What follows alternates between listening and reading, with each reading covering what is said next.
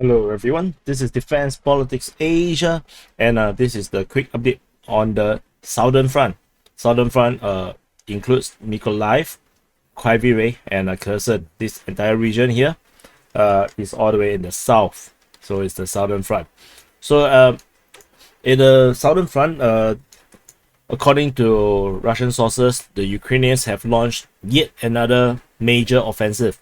So again, the fighting goes across the entire front line, and so we have information that they are fighting at Mayane. So, but however, at Mayane, the Ukrainians claim that they have captured it, and then but somehow it's actually still under Ukrainian control under our mapping, and we see that as maybe that's a counter-offensive because this is actually uh written by the Ukraine Defense Ministry. They say that the Russians are trying to return lost positions in the settlement of Mayane, but we haven't seen the Russians capture Mayane for like so long that I don't even know when was the last time they actually controls Mayane. So whatever it is, it actually represents a attack by the Russians in this position. And on south, all the way on the southern part, we have information that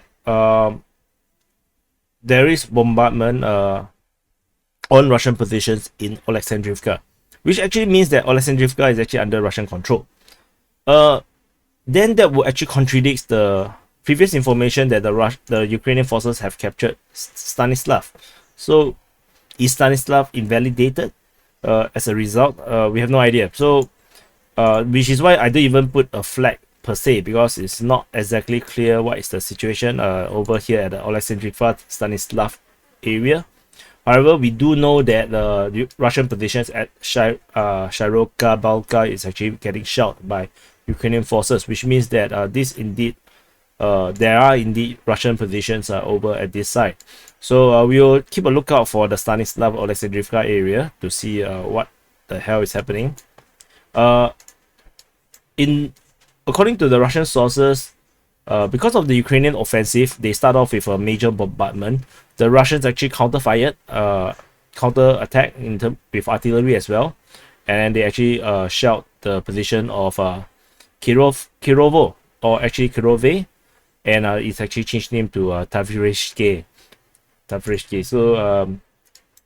So that as such, we actually know that there is a Ukrainian position here.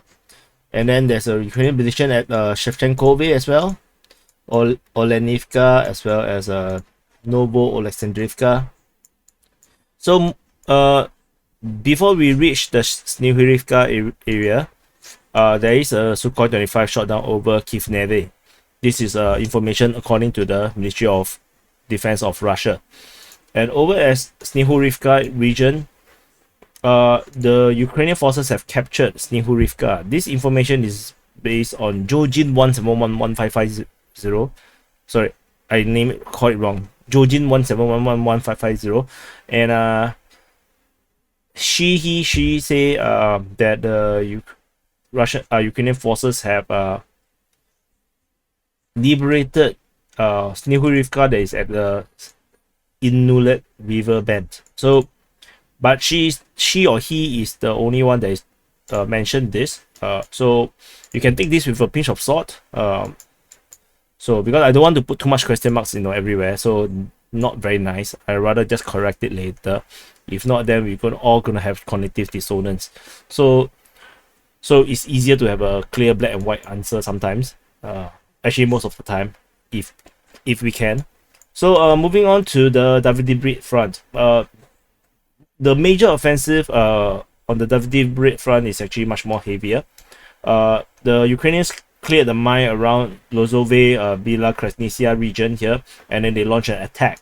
So the fighting is now reported in the vicinity of the Lozove Balaya Kresnitsia line, which is the Bila Kresnitsia and Lozove area.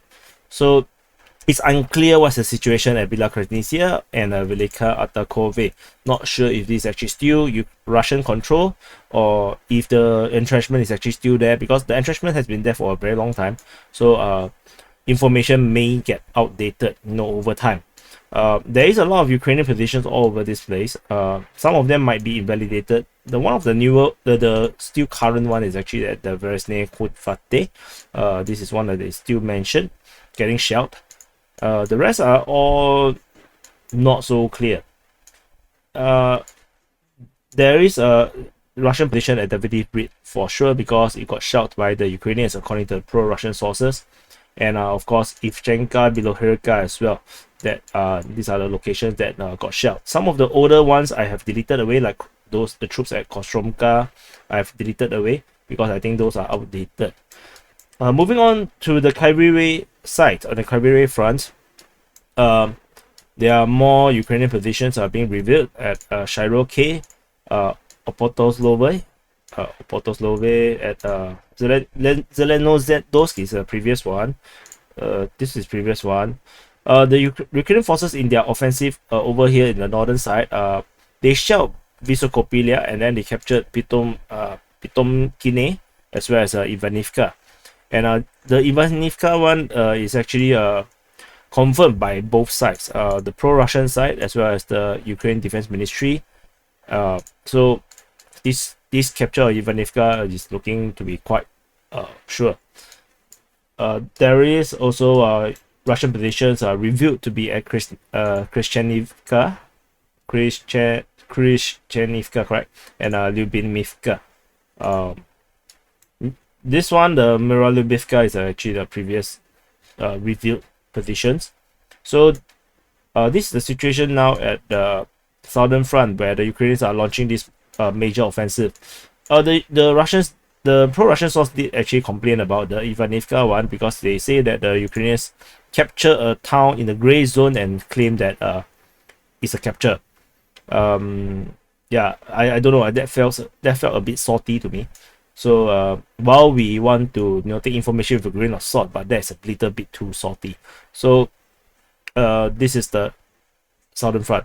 We'll see if this new major offensive will actually make any difference. It might be interesting to note that because of the evacuation at the Snake Island, the artillery and missile troops that was deployed in Odessa can now be used in Mykolaiv or Kaviry to push towards Kherson. So it's like a reinforcement over from the Odessa because they do not need to deal with Snake Island anymore. So that might also be one of the trigger for a new offensive, maybe. And I'll see you in the next update.